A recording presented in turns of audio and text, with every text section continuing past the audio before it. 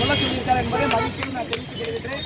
அதாவது ஒரு பக்கம் மாற்றுத்திறனை பிறந்தது வேதனை. ஆனால் அந்த வேதனையை நம்ம போராட்டம் என்பதில் பார்த்தீங்கன்னா அதில் நம்ம சங்கத்துக்கு உடன்பாடு கிடையாது.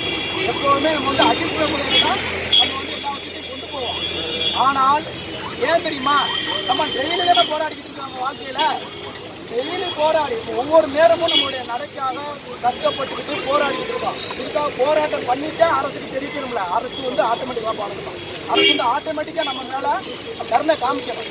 அந்த அடிப்படையில் நம்ம எல்லா விஷயத்தையும் அரசு கொண்டு போகிறோம். சில இதை நமக்காக அரசாங்கம் நல்ல விஷயங்கள் எல்லாம் செஞ்சுருக்கிறாங்க. ஆனால் அதிகாரிகள், அதாவது கடவுள் நமக்கு வர கொடுத்துருவாரு, பூஜாரி போய் பார்க்க விட மாட்டாரு. அப்போதான் அந்த வரம் நமக்கு சேரும். அது மாதிரி அதிகாரிகள் செய்ய கடமைப்படுறதுனால நமக்கு தடுக்கிறதுனால தான் நமக்கு பல விஷயங்கள் நமக்கு சேர மாட்டேங்குது. ஒரு பக்கம் வறுமை, ஒரு பக்கம் நம்ம கால பாதிப்பு. அப்போ உடலாலையும் பாதிச்சிருக்கோம், வறுமையாலையும் பாதிக்கிறோம். சரி, நம்ம மறக்கிறோம். சரி, நம்ம நம்முடைய போலீஸ் அதிகாரிகளுக்கு ஏன் தெரியுமா, மாண்புமிகு தமிழக டாக்டர் கலைஞர் ஐயாவை பார்க்க போகும்போது கமிஷனரே நம்ம கூட பார்க்க வச்சார். அது மாதிரி நமக்கு சார் கூடவே வர்றாங்க. அங்கே போயிட்டு நம்ம கலெக்டரை பார்க்குறதுக்கு ஒரு 3 பேர் 4 பேர் மட்டும் அளவு அதை போய் பார்த்து நம்ம கோரிக்கையை கொடுத்துருவோம். எல்லார் சார்பும் நம்ம கொடுக்க போகிறோம். அதான் மகிழ்ச்சி, சரிங்களா?